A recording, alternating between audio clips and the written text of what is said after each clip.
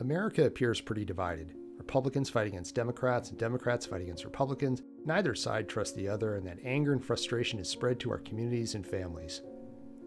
Is there anything we can do to help bring our nation together? Actually, there is. But to understand how this simple hack can help, we must first take a deeper look at one of the causes of our division. Every American has an opinion, a position, on any issue. When Pew Research plots people's opinions on a scale from yes always to no never, it forms a public opinion curve.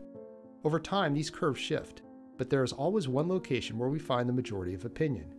It is important to remember that the majority opinion isn't tied to any specific political position, left or right, a party or a belief, but changes over time and is different in each election. To illustrate the problem, I'm going to use this crude representation of a symmetrical opinion curve. Candidates obtain support from voters by stating their position on the issues, their political platform. People whose opinions lie close enough to that platform support that candidate. Candidates can get the most support by placing their political platform where most of the voters are, at the majority opinion. When a second candidate joins the race, the voters become divided between them. Candidates can increase the number of voters who support them if they move a little away from their opponent. They won't really lose the support of voters between them, but they will gain new support from voters on the fringe. Both candidates can and must do that to maintain their chance of winning.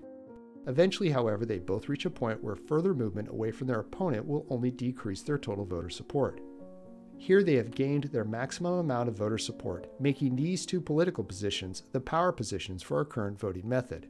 At the left power position sits the Democrats, and at the right power position sits the Republicans, and we are divided between them. Sometimes one viewpoint is generally more favored by the electorate, but then a third-party candidate comes along splitting the majority of voters, resulting in the minority winning. One way a political party can try to stop such vote splitting is by encouraging that candidate not to run. Kind of un-American.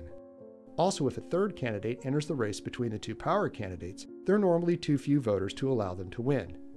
Often when a majority opinion voter realizes their majority opinion candidate doesn't have a chance to win, they decide to choose the lesser of two evils, one of the two power candidates.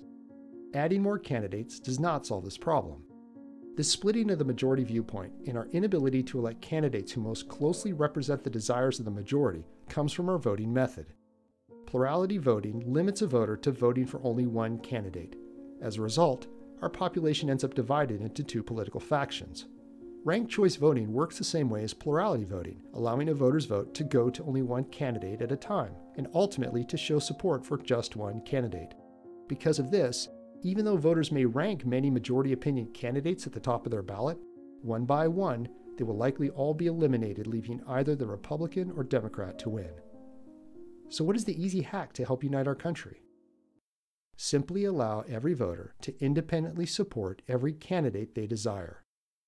Score voting methods, where every voter scores every candidate and the high score wins, give voters this power to support any candidate to the level they wish, independent of how they supported any other candidate.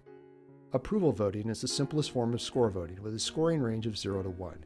Increasing the range increases the voter's ability to say how much they like or dislike a candidate.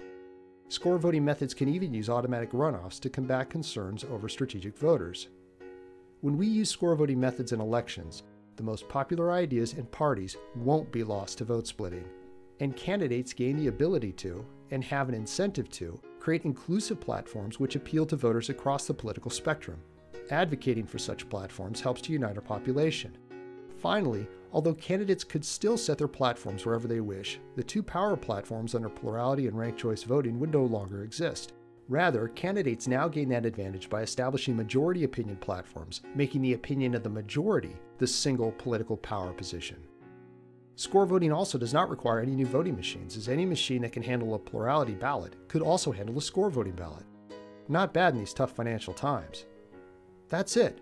Changing to a score voting method could significantly improve cohesion in our nation as it eliminates one of the most incessant causes of our division. It doesn't solve all of our problems, but it certainly gives us a better foundation to start working on them. To gain this benefit, citizens of every state must work to institute some form of score voting method in their elections. Citizens of many states are now campaigning for approval voting, star voting, or some other form of score voting. It's time to start moving your state forward as well. Learn more about score voting methods and what you can do at these websites. Then reach out to your state representatives and tell them you want to unite your state and empower your voters by instituting a score voting method. We can start to come together when we stop tearing ourselves apart. Score voting. It's time.